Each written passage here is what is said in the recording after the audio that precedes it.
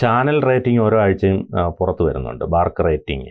അപ്പോൾ ഓരോ ആഴ്ച ഇപ്പോൾ ഭയങ്കരമായ മത്സരങ്ങൾ നടക്കുന്ന ഒരു കാലഘട്ടം കൂടിയാണ്. കഴിഞ്ഞ ആഴ്ച റിപ്പോർട്ടറായിരുന്നു 1-ാം സ്ഥാനത്ത്.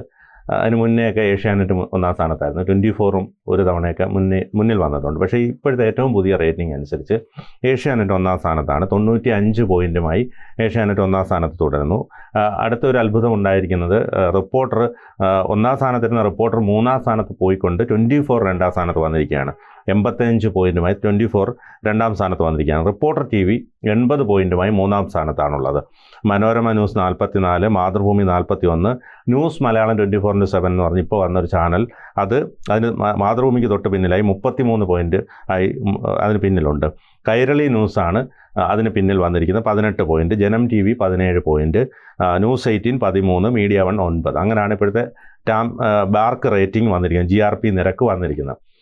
ഇതിൽ നിന്നും നമുക്ക് മനസ്സിലാക്കാൻ കഴിയുന്നത്, നിലമ്പൂർ തെരഞ്ഞെടുപ്പുമായി ബന്ധപ്പെട്ടുള്ള വാർത്തകൾ വന്ന സമയത്താണ് റിപ്പോർട്ടർ 1-ാം സ്ഥാനത്ത് വന്നത്. അവിടെ അവർ ഇതുമായി ബന്ധപ്പെട്ടുള്ള ചില ഗ്രാഫിക്സുകളും അവരുടെ ആങ്കർമാരുടെ പ്രകടനങ്ങളും ഒക്കെ ആകാം.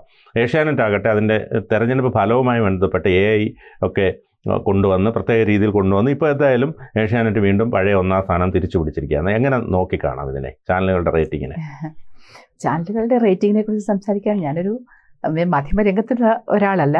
പക്ഷേ ഒരു രാഷ്ട്രീയ പ്രവർത്തകൻ എന്നുള്ള രീതിയിൽ, പ്രേക്ഷകൻ എന്നുള്ള രീതിയിൽ ഞാൻ എൻ്റെ അഭിപ്രായങ്ങൾ പങ്കുവയ്ക്കാം. ഇന്ന് ഈ മാധ്യമങ്ങൾ തമ്മിലുള്ള, ഇവിടെ തന്നെ പറഞ്ഞത് ഈ കിട മത്സരത്തെക്കുറിച്ചാണല്ലോ. ഈ മാധ്യമങ്ങൾ is it just A commodity? അത് ചുമ്മാ ഒരു മാർക്കറ്റിൽ കിട്ടുന്ന, ചന്തയിലെ ഒരു കച്ചവട വസ്തുവാണോ? ആ രീതിയിലേക്ക് കാര്യങ്ങൾ മാറുന്നതിൽ എനിക്ക് യഥാർത്ഥത്തിൽ സങ്കടമുണ്ട്. കാരണം മാധ്യമങ്ങൾ സത്യം അറിയിക്കാൻ, യാഥാർത്ഥ്യം അറിയിക്കാൻ, ജനാധിപത്യത്തെയൊക്കെ ഉയർത്തിപ്പിടിക്കുവാൻ വേണ്ടിയിട്ടുള്ള, അതായത് ദ ഫോർത്ത് എസ്റ്റേറ്റ്, ജനാധിപത്യത്തിൻ്റെ 4-ാം തൂണ് എന്ന അതിബൃഹത്തായ മഹത്തായ ഉത്തരവാദിത്വമുള്ള ഒരു വിഭാഗമാണിത്. പക്ഷേ അതിൽ നിന്നൊക്കെ മാറിക്കൊണ്ട് ഇത് ഇന്നിപ്പം നമ്മുടെ വിപണിയിൽ എങ്ങനെ മുന്നിട്ട് പോകാം, ഏറ്റവും കൂടുതൽ ആളുകൾക്ക് ഇത് എങ്ങനെ വിൽക്കാം, എങ്ങനെ അവരിലേക്ക് എത്തിക്കാം എന്നുള്ള രീതിയിലേക്ക് പോകുമ്പോൾ അത് വളരെ സെൻസേഷണൽ ന്യൂസുകളൊക്കെ കൊണ്ടുവന്നുകൊണ്ട് എല്ലാ അർത്ഥത്തിലും നൈമിഷികമായിട്ടുള്ള ചില ആകർഷണങ്ങൾ വരുത്തി തീർക്കുവാൻ വേണ്ടിയുള്ള വലിയ ശ്രമങ്ങൾ ഇവിടെ നടക്കുന്നുണ്ട്. പല ചാനലുകളിലും എൻ്റെ ആങ്കർമാർ കാണിക്കുന്ന ഈ എന്താ പറയുക, തികച്ചും പരിഹാസ്യമായ ചില പ്രകടനങ്ങൾ, അതെ വേഷങ്ങളൊക്കെ ആവാം, ഇതൊക്കെ കാലം മാറിയിരിക്കുന്നു. ഈ വേഷഭൂഷാദികളും ഈ ചാട്ടവും ഓട്ടവും ഒക്കെ ആളുകൾ കുറച്ചൊക്കെ ഒരു രസത്തിന് കണ്ടിരിക്കും. അതൊരു രസത്തിനാണെന്ന് നിങ്ങൾ മനസ്സിലാക്കണം.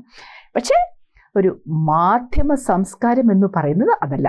അതിന് വളരെ ഗൗരവം ഉണ്ടായിരിക്കണം, കുറെ കൂടി ഒരു സത്യസന്ധത ഉണ്ടായിരിക്കണം. പിന്നെ സത്യസന്ധതയുടെയൊക്കെ കാര്യം പറയുമ്പോൾ ഇന്ന് സത്യത്തെ ഒക്കെ മൂടിക്കൊണ്ട് ഈ പലപ്പോഴും സ്റ്റോറികൾ പ്ലേസ് ചെയ്യുന്ന, വളരെ കാൽക്കുലേറ്റീവായിട്ട്, വളരെ ഹിഡൻ അജണ്ടയോട് കൂടിയിട്ട് ഇങ്ങനെ പ്ലേസ് ചെയ്യുന്ന ഒരു രീതി കാണുന്നുണ്ട്.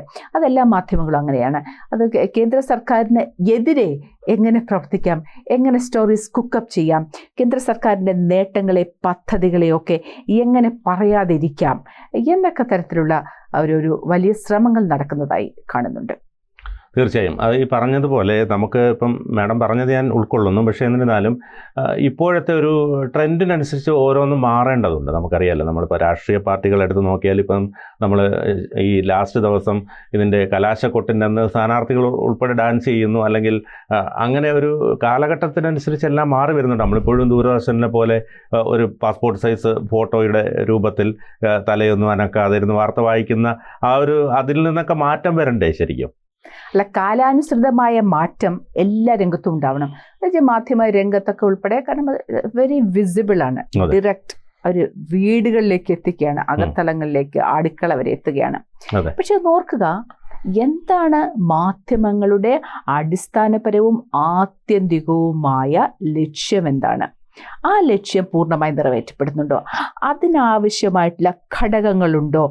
കണ്ടന്റ് ഉണ്ടോ? അത് വേണം. ആ കണ്ടന്റ് നിലനിർത്തിക്കൊണ്ട് ബാക്കി അതിനെ ആഡ് ഓൺ ചെയ്യാൻ വേണ്ടിയിട്ട് എല്ലാ മസാലകളും കളറുകളും ആവാം. പക്ഷെ മസാലകൾ കൊണ്ട് ലോങ് ടേമിൽ നിലനിൽക്കാമെന്ന് വിചാരിക്കരുത്. മാധ്യമധർമ്മം ഉയർത്തിപ്പിടിക്കണം. തീർച്ചയായിട്ടും നമ്മൾ കണ്ടന്റിനാണ് പ്രാധാന്യം കൊടുക്കേണ്ടത്. നമുക്കിപ്പോൾ അറിയാം, തൃശ്ശൂർ പൂരം പോലുള്ള സമയങ്ങളിൽ, അല്ലെങ്കിൽ ഇപ്പോൾ ശിങ്കാരിമേളം, അല്ലെങ്കിൽ ഈ ഇലക്ഷൻ്റെ കലാശക്കൊട്ട്, ഇങ്ങനെയുള്ള സന്ദർഭങ്ങളിൽ കുറേയേറെ ആൾക്കാർക്ക് ആകർഷണീയമായ രീതിയിൽ വാർത്തകൾ അവതരിപ്പിക്കുന്നതിൽ എന്താണ് തെറ്റ്? അല്ല, അതിൽ തെറ്റൊന്നും ഞാൻ പറയുന്നില്ല. അതായത് ഇപ്പോൾ തൃശ്ശൂർ പൂരം അല്ലെങ്കിൽ ഉത്സവങ്ങൾ, ഫെസ്റ്റിവൽ, അതിനെ ആ രീതിയിൽ അവതരിപ്പിക്കുക തന്നെ ചെയ്യണം. അതിനെ കളർഫുള്ളായിട്ട് അടിയും പാടിയും ഒക്കെ ആവാം. ഞാൻ ആ ഭാഗത്തേക്ക് കൂടുതലായി പോകാൻ ഞാൻ ആഗ്രഹിക്കുന്നില്ല. ഒരു കാര്യം, ഒന്ന്, നിങ്ങൾ എല്ലാ മാധ്യമങ്ങളും ഈ നമ്പർ 1 വന്നിരിക്കുന്ന ഏഷ്യാനെറ്റ് ഉൾപ്പെടെ കാര്യങ്ങളെ സത്യസന്ധമായി നിങ്ങൾ അവതരിപ്പിക്കാൻ സാധിക്കണം. നിങ്ങൾ ചില ഹിഡൻ അജണ്ടയോട് കൂടിയിട്ട് കുക്ക്ഡ് അപ്പ് സ്റ്റോറീസുകൾ ഉണ്ടാവരുത്. ഈ നന്മയെ മറച്ചു വെക്കരുത്. എന്തുകൊണ്ടാണ് എപ്പോഴും ഈ മോദി സർക്കാരിനെതിരെ വിമർശനങ്ങൾ ഉന്നയിക്കുവാൻ നിങ്ങളെല്ലാ മാധ്യമങ്ങളും എന്തിനാണ് ഇത്ര വലിയ താല്പര്യം? ആ കാര്യത്തിൽ നിങ്ങൾക്ക് വലിയ മത്സരമാണല്ലോ. ആ രീതികൾ തീർച്ചയായിട്ടും മാറേണ്ടതുണ്ട്. അല്ല, നമുക്കറിയാം, ഇപ്പോൾ നമ്മളെപ്പോഴും ജനാധിപത്യത്തിൻ്റെ 4ാം തൂണ്, 4th എസ്റ്റേറ്റ് ആണ് മാധ്യമങ്ങൾ. സ്വാഭാവികമായും ഭരിക്കുന്ന മുന്നണിക്കെതിരായ വികാരം തന്നെയാണ് ജനങ്ങൾ ആഗ്രഹിക്കുന്നത്. അപ്പോൾ നമ്മളിവിടെ കേരളത്തിൽ പരിശോധിച്ചാൽ പിണറായി വിജയനെതിരെ CPM എപ്പോഴും പറയുന്നത് CPMനെതിരെ വാർത്ത കൊടുക്കാനാണ് മാധ്യമങ്ങൾക്ക് താല്പര്യം. കടക്ക് പുറത്ത് ഇതൊക്കെ കണ്ടിട്ടുണ്ടല്ലോ. സ്വാഭാവികമായി എപ്പോഴും കോൺഗ്രസ് ഭരിക്കുന്ന സമയത്ത് സോളാർ വിഷയത്തിലൊക്കെ മാധ്യമങ്ങൾ ആ നിലപാടെടുത്തിട്ടുണ്ട്. മൻമോഹൻ സിംഗ് ഭരിക്കുന്ന കാലത്തും ഇത്തരത്തിലുള്ള നിലപാടുകൾ എടുത്തിട്ടുണ്ട്. അതിന് അസഹിഷ്ണുത പുലർത്തുന്നത് എന്തിനാണ്? ഇവിടെ അസഹിഷ്ണുതയല്ലല്ലോ.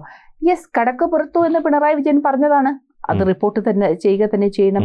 മൻമോഹൻ സിംഗിന്റെ കാലത്തുണ്ടായിട്ടുള്ള വീഴ്ചകളെ അത് കാണിക്കുക തന്നെ ചെയ്യണം.